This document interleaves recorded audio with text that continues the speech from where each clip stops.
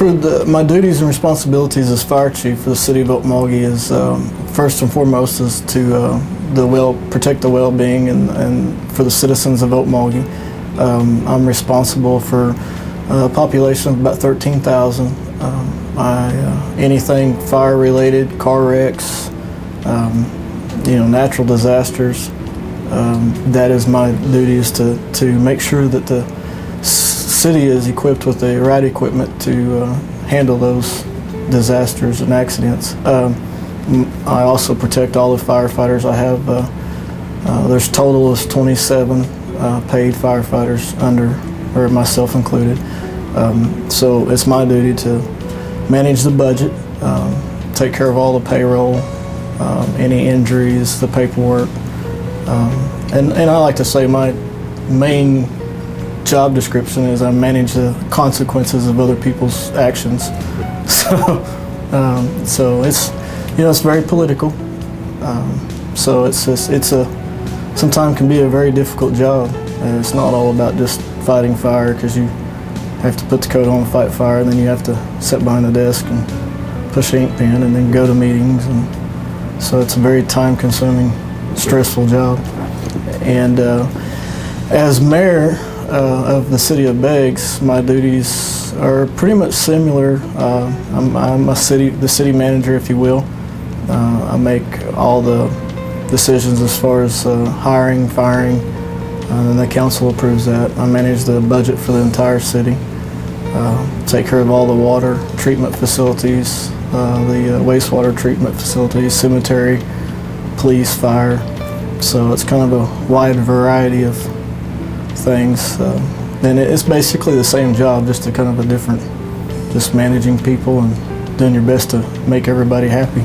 When you're in a smaller city, sometimes you have to, but I do it just for the simple fact that if I have guys that are under me that might be in charge when I get there, and if I feel that they're doing a good job of leading the fire, then I put air pack on and go in and help the guys. To me, that's all what it's all about, is we're all trying to achieve the same goals, so there's no reason for me to interrupt the process if it's running smoothly.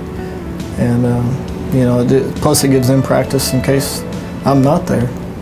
So, and at the same time as my hometown of Beggs, I still continue to volunteer and fight fire every day there. So when I leave my paid job, I change clothes and shirts and pagers and continue on fighting fire and running medical calls for the city of Beggs and the rural side of the fire department. So I pretty much do it 24/7. The main reason I chose to become mayor is, one, I have my worst flaw is I don't say no to anybody, so people can talk me into about anything.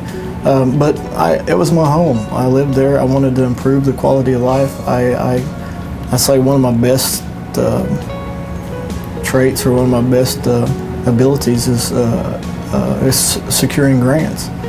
And so I write a lot of grants. I've received a lot of grants, so I continue doing that for the city. And I guess that was my biggest downfall of being mayor, was I guess what you would call the red tape. I'm one of the type of guys, I like to get things done today, and there was a lot I've learned a lot as far as the procedures at the state Department of Environmental Quality, the rules and regulations that is extremely hard to explain to the public. They don't understand why water costs so much, but that's been the biggest thing that's hurt me, is you can't please everybody.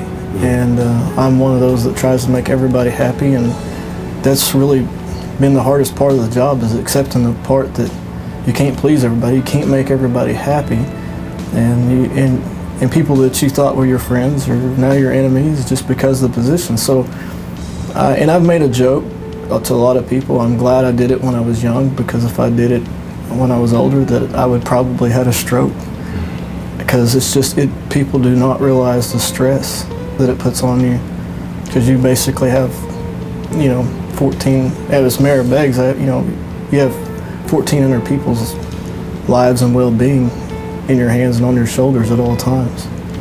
So it's it's very stressful and takes a lot of time. And I'm glad I did it. I don't have any regrets whatsoever.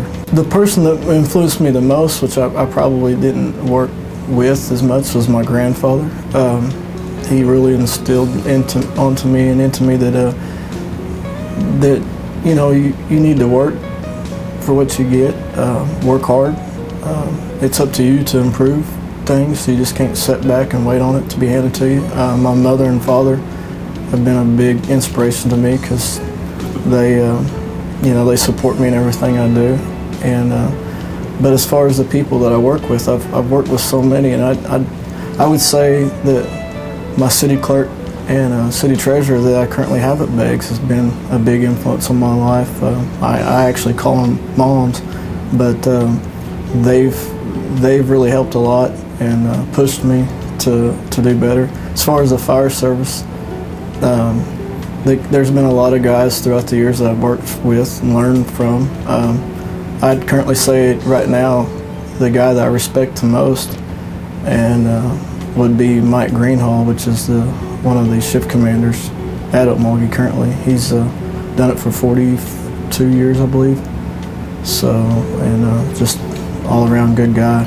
Well, used to, it was with job and family, it was I'm young and used to, it wasn't a big deal. You just worked a lot and went to school a lot, and then, but now, you know, I have a 3-year-old daughter. So when I have time with her, she's pretty much in charge, and I've gotten to the point now. I've learned to accept the fact I can't do everything, and only get one life with her. So I'm spending it with her. You know, if there's something bad majorly happens that my guys can't handle, then I will have to go do that. But you know, other than that, it's just certain with the fire service. It's just kind of really certain times of the year. Like right now, it's grass fire season, so we're really hooked up. But it gets to points, you know, summertime, you know, for the most part, we're really slow. So it's hard because a lot of times you'll miss birthdays, Christmases. You know, you can't ever predict a fire, so it's just part of the bad part of the job that you have to go no matter what.